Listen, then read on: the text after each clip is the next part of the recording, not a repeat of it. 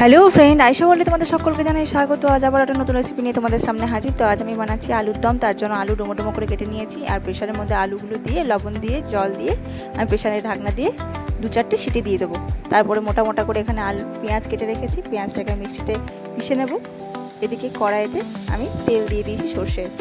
এখানে গোটা গরম মশলা আছে, তেজপাতা, গোলমরিচ, লবঙ্গ, এলাচ, দারচিনি। তেল গরম হয়ে গেলে সমস্ত গোটা মশলাগুলো আমি ওতে দিয়ে দেবো। তারপর পেঁয়াজ বাটাটা দেবো। এবার তেলের মধ্যে কিছুক্ষণ পেঁয়াজটাকে কষাতে থাকবো। এতে সামান্য পরিমাণে চিনি দেব, লঙ্কা চিড়ে দেব, 2-4টে লবণ অ্যাড করব।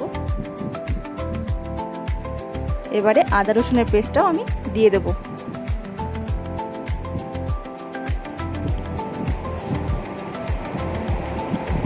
আদা রসুনের পেস্ট আর পেঁয়াজ একসঙ্গে কিছুক্ষণ নাড়িয়ে চাড়িয়ে নিয়ে এরপরে আমি 4 টেবিল চামচ মতো টমেটোর সস অ্যাড করব। টমেটোর সসটা দিলে এর ফ্লেভারটা অনেক ভালো আসে।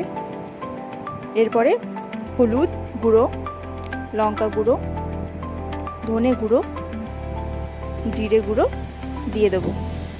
এবার মশলাটা আমি ভালো করে কষাতে থাকবো। মশলাটা যাতে কষানো হয় ভালো করে, তার জন্য হালকা পরিমাণে অল্প করে জল দেব। জল দিয়ে মশলাটা কিছুক্ষণ কষাবো।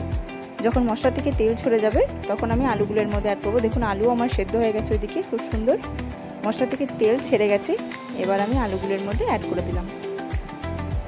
দেখুন আলুগুলো মশলার সঙ্গে ভালো করে মেখে নিয়ে এভাবে কিছুক্ষণ কষিয়ে নেব।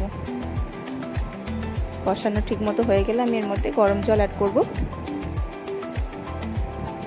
পরিমাণ মতো আলুগুলো ডুবো ডুবো জল দেবেন।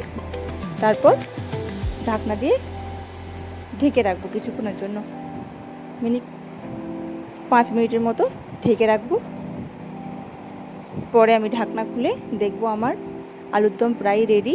এবারে আমি কাঁচা লঙ্কা চিড়ে ওপর থেকে দিয়ে দেবো।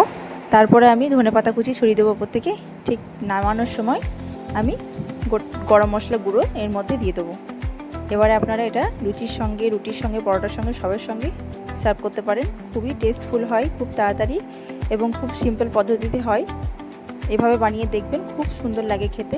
আর আমার ভিডিওগুলি ভালো লাগলে অবশ্যই লাইক, সাবস্ক্রাইব অ্যান্ড শেয়ার অবশ্যই করবেন। আপনারাও ঝটপট বানিয়ে নিন রেসিপিটি দেখে।